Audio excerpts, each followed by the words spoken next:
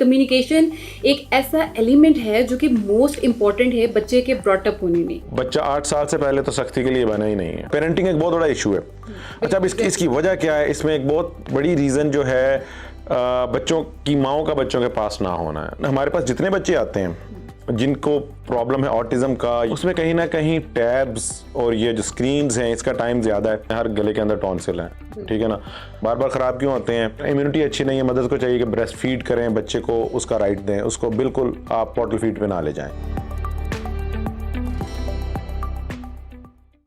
अस्सलाम वालेकुम, अवा वेलकम। आप देख रहे हैं हेल्थ केयर विद आकाशा खान। जैसा कि आप सब जानते हैं कि हम यहाँ पर हेल्थ रिलेटेड बहुत सारी डिस्कशन करते हैं जो ना सिर्फ आपकी फ़िज़िकल हेल्थ बल्कि आपकी मेंटल हेल्थ को भी ग्रूम करती हैं। हमारे बचपन के 5 साल बहुत कीमती होते हैं। इसमें बच्चा बहुत सारी चीज़ें लर्न भी करता है, अडेप्ट भी करता है और कुछ चीज़ें जीन्स की तरह से भी आती हैं और उनमें बहुत सारे मसाइल का सामना भी करना पड़ता है, जैसे कि लैक ऑफ कम्युनिकेशन। यानी कम्युनिकेशन एक ऐसा एलिमेंट है जो कि मोस्ट इम्पॉर्टेंट है बच्चे के ब्रॉटअप होने में, और उसमें बहुत सारे जब मसाइल आना शुरू हो जाएं तो आप बहुत सारी और डिसीज़ और डिसऑर्डर्स में बच्चे की जो चीज़ें हैं ब्रॉटअप हैं वो कन्वर्ट होना शुरू होती हैं। इसी सिलसिले में आज हमारे साथ स्टूडियो में मौजूद हैं डॉक्टर मोहम्मद अली रज़ा, जो कि ENT सर्जन हैं और फारूक हॉस्पिटल में अपनी सर्विस सर अंजाम दे रहे हैं। आइए इनसे बात करते हैं और जानते हैं कि ये क्या मसला है और इसको हम किस तरीके से टैकल कर सकते हैं। अस्सलाम वालेकुम, बहुत शुक्रिया सर आपके कीमती वक्त का। कैसे हैं आप? वालेकुम सलाम जी, मैं बिल्कुल ठीक हूँ, शुक्रिया आपके बुलाने का। सर इसके सबसे पहले बताइएगा कि इसके सिम्टम्स क्या हैं और कैसे पता चलता है, क्योंकि जब बच्चा छोटा होता है तब तो बेसिकली वो हो सकता है कि बाज़ बच्चे जो हैं जैसे क्रॉलिंग उन्होंने लेट स्टार्ट की है तो उनका बोलने स्पीच प्रॉब्लम भी हो सकता है, या उन्होंने लेट बोलना स्टार्ट किया हो। तो हमें आइडेंटिफाई कैसे होगा कि इस पर्सन को या इस बच्चे को कोई स्पीच प्रॉब्लम है या उसको कम्युनिकेशन प्रॉब्लम हो रही है? अच्छा, इसमें जो सबसे बड़ी चीज़ है जो पेरेंट्स को विजिलेंट होना चाहिए, अभी तो जब बच्चा पैदा होता है तो उसकी ऑडिटरी यानी कि कान की समात की असेसमेंट मस्ट हो गई है। वेस्ट में तो कर रहे हैं हर एक की, पाकिस्तान में भी बड़े सेटअप्स हैं जो कि ये कर रहे हैं। अभी जो प्राइवेट हमारे पब्लिक सेक्टर के हॉस्पिटल्स हैं उन्होंने भी आज से SIMOU साइन करने शुरू कर दिए। होता ये कि लाइक एक बड़ा हॉस्पिटल है पब्लिक सेक्टर का है, वहाँ पे रोज़ाना का से 30 या 40 बच्चा या 100 बच्चा डिलीवर हो रहा है, उन सब की हीयरिंग असेसमेंट हो जाती है। इसी तरह प्राइवेट सेटअप में, और ये होनी चाहिए। फर्स्ट जो चेक है वो वहाँ पे पता लग जाता है। ये वो टाइम होता है कि जब पेरेंट्स को भी पता नहीं होता है कि बच्चा आगे बोलेगा, यानी कि उसका ब्रेन के साथ जो मैकेनिज्म है हीयरिंग का वो है या नहीं। अगेन आपने स्पीच की बात की तो it's linked with your hearing. अगर आपका बच्चा सुनता नहीं है तो वो बोलेगा नहीं। देयर इज सेइंग, जो पंजाबी उसका बच्चा पंजाबी बोलता है, पठान का पश्तो बोलता है, क्यों? वो जो सुनेगा वो बोलेगा। फिर 8 से 9 माह के दौरान माँ को पता लगने लग जाता है कि बच्चा बोल रहा है या नहीं बोल रहा है। 10 माह तक मैक्सिमम। बाद का मदर्स जो हैं वो समझती हैं कि ये लेट बोलेगा। 11 से 12 माह, साल, मैक्सिमम 1.25 साल, इससे आगे नहीं जाना चाहिए माँ को 10वें माह से ही पता होना चाहिए कि ये बच्चा बोल रहा है या नहीं बोल रहा है। बास पेरेंट्स की जो पेरेंटिंग होती है वो भी थोड़ी सी बड़ी स्ट्रिक्ट होती है, तो क्या ये लिंक करता है इस चीज़ को कि बच्चों की कम्युनिकेशन इससे ख़राब हो जाए? तो ये बहुत ज़्यादा लिंक करता है, और कुछ ऐसी चीज़ें हैं कि जो मैं यहाँ पे बयान कर देता हूँ, उसमें हमारे एक अपना व्यू है। माँ बाप की सख्ती जो है ना, वो बच्चा 8 साल से पहले तो सख्ती के लिए बना ही नहीं है। ठीक है, he knows the language of love. ठीक है, वो ये जुबान नहीं समझता कि आपने उसे डांट दिया कि उसने ये दीवार पे कुछ गलत लिख दिया है। वो एक ही लैंग्वेज समझ, that is language of love. बाद में उसे आपने आहिस्ता आहिस्ता 5-5.5 साल के बाद उसे डांटना, डपटना, मारने का तो कॉन्सेप्ट होना ही कम चाहिए या कि बाद में होना चाहिए, इस एज में तो बिल्कुल भी नहीं। तो आपने उसको पॉजिटिव रीइंफोर्समेंट देनी है। बच्चे को बड़ा पेरेंटिंग एक बहुत बड़ा इशू है। अच्छा, अब इसकी वजह क्या है? इसमें एक बहुत बड़ी रीज़न जो है बच्चों की माओं का बच्चों के पास ना होना है। अच्छा, ग्रैंड पेरेंट्स का बड़ा रोल है। ये अब जैसे ये न्यूक्लियर फैमिलीज बनना शुरू हो गई हैं तो इश्यूज ये भी बढ़ गए हैं।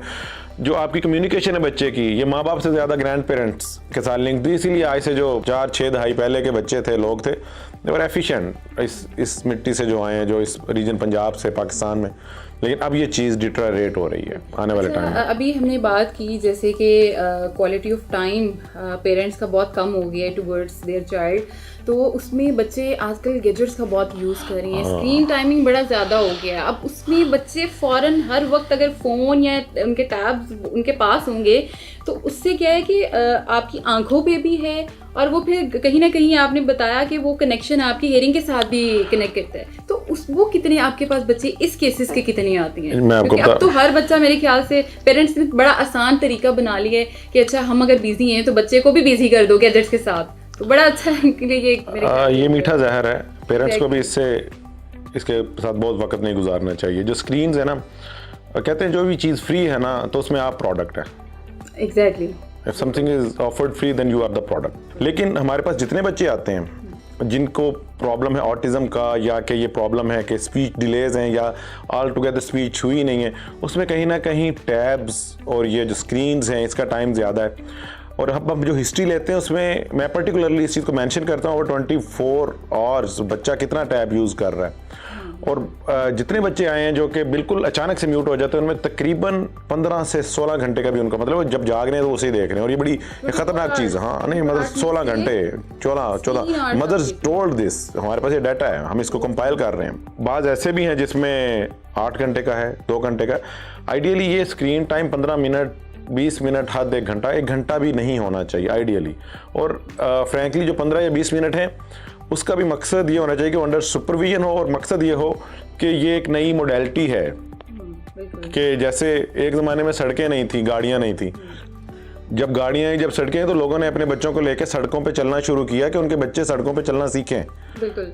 तो बस इतना की चाहिए, इतना कि उसका एक्सपोजर चाहिए उस एज में। बच्चों में जो कॉमन बड़ा एक बचपन में जो आता है वो ये टॉन्सिल्स हैं, तो पेरेंट्स इसके लिए बिल्कुल भी उस टाइम केयर नहीं कर रहे होते हैं, क्योंकि बच्चों को ठंडा पानी दे रहे हैं या कोई चीज़ उन्होंने खानी है, जंक फूड बहुत ज़्यादा, डाइट इस तरह से लाइफस्टाइल बच्चों का हो गया है। तो अभी क्या लाइफस्टाइल आपका जो डाइट है क्या ये इफेक्ट करती है इस चीज़ को? टॉन्सिल में सबसे बड़ी जो चीज़ है ना, बेसिकली हम इसे कहते हैं हर गले के अंदर टॉन्सिल है, ठीक है ना। प्रॉब्लम तब करते हैं जब रिकरेंट इन्फेक्शन की तरफ जाते हैं, बार बार ख़राब होते हैं। बार बार ख़राब क्यों होते हैं? या तो बच्चे का फूड अच्छा नहीं है, उसकी क्वालिटी अच्छी नहीं, बाहर की चीज़ें बंद कर दें बच्चे की, छोटी छोटी बातें करते हैं इस बारे में जल्दी, ठीक है ना। इम्यूनिटी अच्छी नहीं है, मदर्स को चाहिए कि ब्रेस्ट फीड करें, बच्चे को उसका राइट दें, उसको बिल्कुल आप बॉटल फीड पे ना ले जाएं, ठीक है ना। जब फीडर नहीं था तब भी माएँ बच्चे को दूध पिलाती थी। आपकी इम्यूनिटी जो है आपने माँ से लेनी है, आपका बच्चा जो इम्यूनिटी लेता ही माँ से है, ठीक है। अगर वो नहीं होगी तो इन्फेक्ट होगा, बार बार होगा। फिर उसके बाद रोल आता है वैक्सीनेशन का, कि जो आपकी गवर्नमेंट बताती है कि ये शेड्यूल है वैक्सीनेशन का, या पीडियाट्रिशियन बच्चों के जो डॉक्टर हैं वो एक वजह करते हैं कि इस रीजन में हमें ये वैक्सीनेशन देनी है, वो आप करवाएं। इसके बाद रोल है विटामिन ए, डी और ई का, आपने अपनी बॉडी में इसके लेवल्स अच्छे रखने हैं बच्चे के। फिर उससे भी बड़ी चीज़, स्ट्रेस नहीं होनी चाहिए, स्लीप अच्छी होनी चाहिए।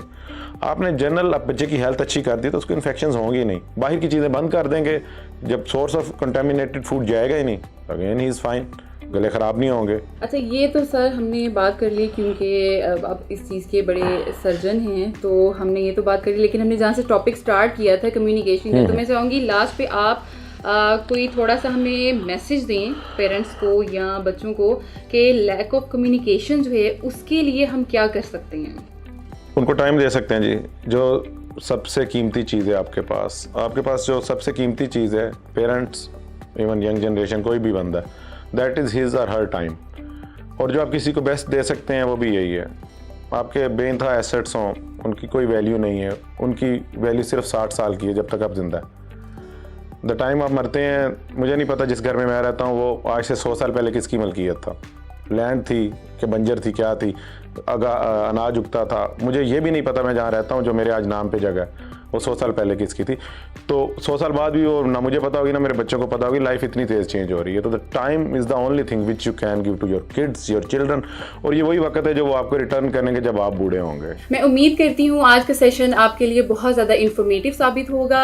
आपको बहुत सी चीज़ें जो हैं पता चली होंगी, बहुत सी कम्युनिकेशन प्रॉब्लम है जो पेरेंट्स को लगती है कि बच्चों में मौजूद हैं, लेकिन वो स्टार्ट में उसको आइडेंटिफाई नहीं करती। अगर आप स्टार्ट में ही अपने बच्चे की कम्युनिकेशन पैटर्न को देख ले और आइडेंटिफाई कर ले कि कौन से साइंस हैं जो उसकी कम्युनिकेशन को डिस्टर्ब कर रहे हैं, तो आप बच्चों के बहुत से मसाइल से बच सकते हैं। और इसके साथ साथ कम्युनिकेशन के साथ साथ आपका क्वालिटी ऑफ टाइम बहुत मैटर करता है। ज़रूरी नहीं है कि आप उनको बहुत सारा टाइम दें, आप उनको थोड़ा सा टाइम भी देंगे तो वो बहुत ज़्यादा उनके लिए बेनिफिट होगा, लेकिन उसमें क्वालिटी ऑफ टाइम जो है वो ज़रूर होना चाहिए।